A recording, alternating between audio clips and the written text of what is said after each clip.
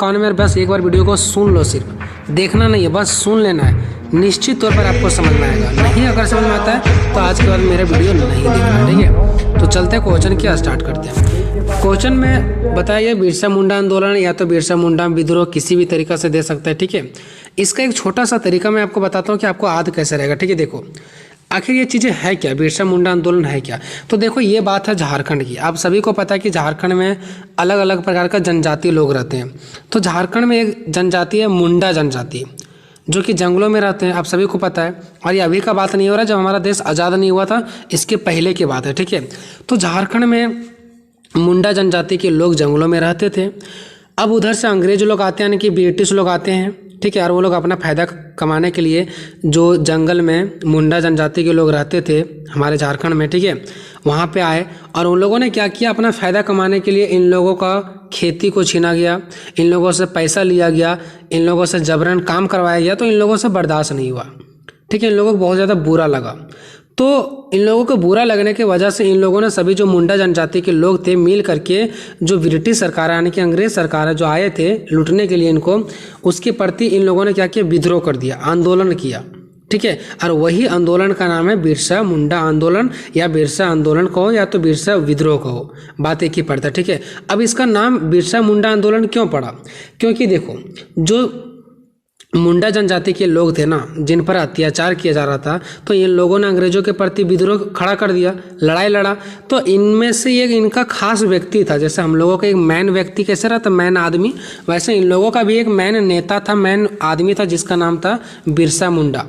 वो मैन आदमी था, उसी के रास्ते पे ये सब चलते थे, ठीक है। तो उसी के नाम पर इस आंदोलन का भी नाम पड़ गया बिरसा मुंडा आंदोलन, ठीक है। इनके मैन व्यक्ति का नाम था बिरसा मुंडा और उन्हीं के नाम पर पड़ गया बिरसा मुंडा आंदोलन। तो आई होप ये चीज़ आपको समझ में आया होगा, ठीक है। अब बस मैं आपको एक बार पढ़ के सुना दूंगा, आप सुन लो, सारा क्वेश्चन आपको समझ में आ जाएगा। अगर हम 50 लाइन बताते हैं तो कोई ज़रूरी नहीं कि एग्जाम में जो मैंने 50 लाइन बताया वही जाकर लिखोगे। आप 50 लाइन से क्या सीखें उसको आप लोग लिख करके आओगे, बहुत अच्छा नंबर मिलेगा, ठीक है। चलो तो सबसे पहले देखते हैं परिचय। तो बिरसा मुंडा आंदोलन की जो शुरुआत है वो 19वीं शताब्दी के अंतिम वर्ष में हुआ, यानी 19वीं शताब्दी जब खत्म होने जा रहा था, यानी 19वीं शताब्दी के सबसे लास्ट में, ठीक है। इस विद्रोह का प्रमुख नेता कौन था, बिरसा मुंडा था। आपको मैंने बता दिया था इस विद्रोह का प्रमुख नेता कौन था, बिरसा मुंडा था, जिसका जन्म 15 नवंबर 1875 को झारखंड में हुआ था। इसके पिता का नाम सुगना मुंडा और माता का नाम कर्मी थी, ठीक है। ये आप माता पिता का नहीं याद रखोगे चलेगा, ठीक है। कुछ पॉइंट को आप छोड़ भी सकते हो क्योंकि आप जनरल यानी बीए में हो, ठीक है। तो आप लोगों के लिए कुछ पॉइंट छोड़ भी दोगे तो भी आपका नंबर मिलेंगे, ठीक है। ऐसा नहीं कि सारा पॉइंट आप लिखते हो, ठीक है, ठीक है। तो उसका माता का नाम और पिता का नाम देख लिया। बिरसा मुंडा एक छोटे किसान के एक गरीब परिवार में जन्म लिए थे। जो बिरसा मुंडा थे वो एक छोटे किसान के एक गरीब परिवार में जन्म लिए थे। ये छोटा सा हम लोगों ने एक इंट्रोडक्शन देखा किसका, बिरसा मुंडा का। आखिर क्यों, क्योंकि उन लोगों का जो मैन व्यक्ति था वो बिरसा मुंडा ही था ना, तो इसलिए हम बिरसा मुंडा का एक खास परिचय में हम लोगों ने देखा, ठीक है। देखो दोस्तों, हम आपको क्वेश्चन समझाने के लिए, ठीक है, थोड़ा हम जैसे बोलते हैं ना अपशब्द मतलब इतना भी कोई गलत वर्ड नहीं, फिर भी हम थोड़ा सा हट करके कुछ वर्ड का यूज करेंगे तो उसको आप लोग माइंड मत करना, ठीक है। ये हो गया कुछ उसका परिचय। अब देखो सन 1900 ईस्वी का बात है। सन 1900 ईस्वी में बिरसा मुंडा द्वारा आदिवासियों लोगों को एक साथ करता देखकर ब्रिटिश सरकार ने बिरसा मुंडा को विद्रोह भड़काने के आरोप में गिरफ्तार कर लिया। देखो हुआ क्या, 1900 का बात है। बिरसा मुंडा जो थे उसने क्या किया, अपने आदिवासी लोगों को एक साथ इकट्ठा करके कुछ बात कर रहे होंगे, यानी आखिर मैन व्यक्ति वहाँ के कौन थे, बिरसा मुंडा थे। तो वे अपने आदिवासी लोगों को एक साथ इकट्ठा करके कुछ बात कर रहे होंगे। तो इससे ब्रिटिश सरकार यानी अंग्रेजों को बुरा लगा कि ये सभी को एक साथ मिला करके बात नहीं कर रहा है, बल्कि सबको कुछ कुछ भड़का रहा है लड़ाई लड़ने के लिए, ठीक है। तो इसके आरोप में बिरसा मुंडा को विद्रोह भड़काने के आरोप में कि ये विद्रोह भड़का रहा है, ठीक है, इसके कारण इसको क्या कर लिया, इसके आरोप लगा करके गिरफ्तार कर लिया, ठीक है। और उन्हें 2 साल की सजा सुना दिया गया जबरदस्ती, ठीक है। उसके बाद बिरसा मुंडा आंदोलन की शुरुआत 19वीं शताब्दी के अंतिम वर्ष में किया गया। उसके बाद जोर शोर से पकड़ लिया। जब बिरसा मुंडा को गिरफ्तार किया गया तो उनके जो लोग थे उसको जोर शोर से क्या करने लगा, इसका विद्रोह करने लगा और आंदोलन धीरे धीरे क्या होने लगा, तेज होने लगा, ठीक है। चलो थोड़ा और नीचे देख लेते हैं। बिरसा मुंडा आंदोलन भारतीय इतिहास में अनेक महान आंदोलन में से एक है। देखो बिरसा मुंडा आंदोलन को आप लोग आसान मत समझना, हल्का मत लेना। ये भारतीय इतिहास में अनेक महान आंदोलन में से एक था। स्टार्ट हुआ था झारखंड से, लेकिन ये पूरा भारत के महान आंदोलन में से एक था, ठीक है, जिसने देश को स्वतंत्रता की ओर अग्रसर किया है। और ये कहीं ना कहीं हमारे देश को स्वतंत्र दिलाने में भी अहम भूमिका निभाया है बिरसा मुंडा आंदोलन। अब इसका कुछ पॉइंट है, उसको भी देख लेते हैं। देखो मुंडा जनजाति भी अन्य जनजातियों की तरह कृषि वनों पर निर्भर होकर अपनी परंपराओं मान्यताओं को सहेज रही थी। मतलब मुंडा जनजाति जो लोग थे वो लोग आराम से अपने जनजाति कृषि करते थे, जंगलों में रहते थे और आराम से अपना जिंदगी जीते थे, ठीक है। यह जनजाति छोटा नागपुर क्षेत्र की प्रमुख जनजातियों में से एक थी, ठीक है। ये छोटा नागपुर की जनजाति थी। इसके लोग कभी विवादों की सुर्खियां नहीं बने। मतलब इनके लोग कभी भी नहीं चाहते थे कि हम किसी भी तरीके से विवाद में आए, झगड़े करें, ठीक है। नेक्स्ट पॉइंट है शांतिपूर्ण जीवन व्यतीत करने वाले मुंडा लोग भी उत्पीड़न और अंग्रेजों लूटमारे से मतलब देखो शांतिपूर्ण से अपना जीवन व्यतीत करते थे, बट इन लोगों के जिंदगी में शांतिपूर्ण ना होकर के अशांतिपूर्ण हो रहा था। इन लोगों को उत्पीड़न किया जा रहा था, अंग्रेज इससे लूट रहे थे, तो इन लोगों से रहा नहीं गया और इन लोगों ने क्या किया, अंग्रेजों के प्रति यानी जो ब्रिटिश सरकार उसके प्रति इन लोगों ने बिरसा मुंडा आंदोलन खड़ा कर दिया और उसका गति को तेज कर दिया, ठीक है। ये आप लोगों ने समझ गया। अभी तक आप लोगों ने इसका परिचय को बस एक देखा है कि इसका बिरसा मुंडा आंदोलन का जन्म क्या हुआ, इसका माता पिता कौन थे, आखिर क्या रीजन रहा कि आंदोलन धीरे धीरे शुरुआत हो गया, ठीक है। इन लोग आराम से रहते थे, इन लोगों को कोई दिक्कत नहीं था, लेकिन वही लोग आकर के इनको क्या किया, छेड़ने का प्रयास किया, फिर इन लोगों से रहा नहीं गया। अब यहाँ पे आते हैं बिरसा मुंडा आंदोलन का मेन कारण क्या था, आखिर लोगों से क्यों नहीं रहा गया, लोगों के साथ क्या ऐसा चीज़ें गलत हो गया, क्या अंग्रेज आकर के उनके प्रति क्या उसके प्रति गलत किया लोगों पर, ताकि इन लोगों से रहा नहीं गया और उसके वजह से आंदोलन खड़ा हो गया। आखिर क्या कारण था, ये आंदोलन होने का मेन कारण क्या था। हालांकि इसके पहले भी मैंने कारण देख लिया कि इनके साथ गलत किया जाता था, ठीक है, लेकिन मेन कारण क्या था। तो देखो बिरसा मुंडा आंदोलन के निम्नलिखित कारण थे। एक आर्थिक कारण, सामाजिक कारण, राजनीतिक कारण, धार्मिक कारण, सांस्कृतिक कारण। हम 5 कारण बताएं। क्या कोई जरूरी कि एग्जाम में आप 5 ही लिखो और मेरा ही बताए हुए चीज़ लिखो, ठीक है। तो जैसे भी आपको नंबरिंग में याद रहता है वो लिखो। पहले आर्थिक कारण तो आर्थिक कारण लिख लो, अगर आपको दूसरा नंबर पर याद आ गया सांस्कृतिक कारण तो वो लिख लो, ठीक है। अब आपको मैं पहले बता दूं, आर्थिक कारण में सिर्फ पैसों से रिलेटेड ही बात किया जाएगा, ठीक है। आर्थिक मीन्स होता है आपका पैसा से रिलेटेड, ठीक है। तो इसमें सिर्फ पैसों से रिलेटेड ही यहाँ पे बात किया जाएगा, जैसे टैक्स वगैरह के बारे में कि इन लोगों से टैक्स लिया जाता था, इन लोगों को पैसा छीन लिया जाता था, इस टाइप से, ठीक है। आर्थिक के कारण के अंदर ये आ जाएगा। फिर सामाजिक कारण मतलब ये समाज से संबंधित आएगा। राजनीतिक कारण मतलब जैसे आप देखते होंगे कि जब 2 लोग रहते हैं और एक लोग किसी के पक्ष में ज़्यादा बोलता है, किसी और से होकर के ज़्यादा बोलता था, हम बोलते हैं देखो फिर ये राजनीति करने लगा, यहाँ राजनीतिक वाला बात हो गया, तो एक राजनीतिक कारण हो सकता है। धार्मिक कारण जो हमारा धर्म से संबंधित रहता है, जैसे लड़ा दिया जाता था कि ये जाति तुम्हारे जाति का विरोध करता है, तुम्हारे जाति को गाली देता है, इस प्रकार से भी पहले लड़ाई झगड़ा करवा दिया जाता था, ठीक है। सांस्कृतिक कारण, हमारा रीति रिवाज अलग है, ठीक है, तो इसकी वजह से भी झगड़े हो जाते थे। तो ये सब चीज़ें हम लोग देखेंगे, ठीक है। बस पढ़ देंगे आपको समझ में आ जाएगा। आर्थिक कारण जो कि पैसों से संबंधित है, ठीक है। आखिर आर्थिक कौन सा ऐसा कारण था जो इन लोगों ने लड़ाई लड़ दिया, ठीक है। तो देखो मुंडा जनजाति के मध्य खेती की एक विशेष प्रणाली प्रचलित था, यानी कि जो मुंडा जनजाति लोग थे झारखंड में आराम से क्या करते थे, खेती करते थे, जिसके अंतर्गत कृषि सामूहिक भूमि वास्तविक स्वामित्व के द्वारा संचालित होते थे। मतलब इन लोग खुद खेती करते थे और खेती का जो खुद ही स्वामी रहते थे। स्वामित्व मतलब ये खुद खेती करते थे और उसका मालिक भी खुद ही रहते थे, ठीक है, इन लोग। परंतु जब ब्रिटिश सरकार ने आया ना तो इस व्यवस्था को समाप्त कर दिया और जमींदार व्यवस्था को लागू कर दिया, जिससे कहीं ना कहीं जनजातियों में असंतोष की भावना जागृत हो गया। मतलब पहले इन लोग खुद खेती करते थे और खुद ही उसका मालिक रहते थे, लेकिन जब अंग्रेज लोग आया तो जमींदार वाला सिस्टम हो गया। मतलब उन लोगों से जमीन छीन लिया और फिर बोला कि चलो हम जमीन आप लोगों को साझा के तौर पर देते हैं। अब जमीन पहले छीन लिया, फिर जमीन उन लोगों को दे दिया और अब जमींदार वाला सिस्टम हो गया कि हम बन गए जमींदार, आपको दे दिए जमीन, आप जमीन पर उपजाओ, आधा मेरा आधा आपका। तो पहले तो मालिक वो लोग खुद थे, लेकिन अब उन्हीं का जमीन पर यहाँ पे जमींदार वाला सिस्टम लागू हो गया। तो कहीं ना कहीं उन लोगों को बुरा लगेगा और उन लोगों का पैसा कम, आखिर पैसा का कमी होगा ना जब उन लोगों का अच्छे से फसल नहीं होगा, आधा फसल जो होगा उसमें बंटवारा हो जाएगा। यहाँ पे जमींदार वाला सिस्टम हो जाएगा तो कहीं ना कहीं उन लोगों के पैसों में कमी आएगा, तो ये हमारा आर्थिक कारण के अंदर आएगा। इस कारण से भी इन लोगों के अंदर बहुत ज़्यादा विद्रोह करने के लिए इन लोग प्रेरित हो गया और विद्रोह यानी कि लड़ाई लड़ने लगा। दूसरा कारण क्या है, भू राजस्व यानी जिसको टैक्स बोलते हैं, अनियंत्रित तरीके से बढ़ाया गया, यानी कि टैक्स को बहुत ज़्यादा बढ़ा दिया गया कि इन लोगों से टैक्स लेना है। और अत्याधिक भू राजस्व यानी कि अत्याधिक टैक्स होने के कारण मुंडा भुगतान करने में असमर्थ रहते थे, यानी कि मुंडा जनजाति के जो लोग थे वो अधिक से अधिक टैक्स नहीं दे पा रहे थे। इसकी वजह से भी इन लोगों ने आंदोलन को छेड़ दिया। नेक्स्ट पॉइंट क्या है, मुंडाओं के अहम संपत्ति यानी जंगलों के प्रयोग से उन्हें वंचित कर दिया गया, जो कि इनका आजीविका के प्रमुख साधन थे। अब क्या किया, जब ब्रिटिश सरकार आए तो इन लोग मुंडा जनजाति जो जंगल में रहते थे यहाँ से इन लोगों को हटा दिया गया। अब इन लोग कहाँ पे मतलब किस पर आश्रित रहते थे, इनका जीवन रोटी क्या था, इनका आखिर जो रोजी रोटी चलता तो क्या था, जंगल ही था, और यहीं से इसको हटा दिया गया। तो कहीं ना कहीं हम लोगों ने जो यहाँ पे 1 पॉइंट, 2 पॉइंट और 3 पॉइंट देखे हैं, ये तीनों पॉइंट में मुझे साफ साफ पता चल रहा है कि इन लोगों की आर्थिक स्थिति खराब हो गई। आर्थिक मतलब पैसों से संबंधित चीज़ें इनका खत्म हो गया, जो कमाने का एक सोर्स था, कमाने का जरिया था, वो क्या हो गया, खत्म हो गया। इस वजह से भी इन लोगों ने आंदोलन खड़ा कर दिया। तो ये हमारा आर्थिक कारण हो गया, पैसों से संबंधित। अब आते हैं सामाजिक कारण। तो देखो, अब मान लो इन लोगों के पास पैसा रहेगा ही नहीं तो क्या समाज अच्छा चलेगा। हमारे गांव है, हमारे गांव में किसी के पास पैसा नहीं है तो हमारा समाज अच्छा चलेगा नहीं। तो सब कुछ पैसों का खेल होता है, ठीक है।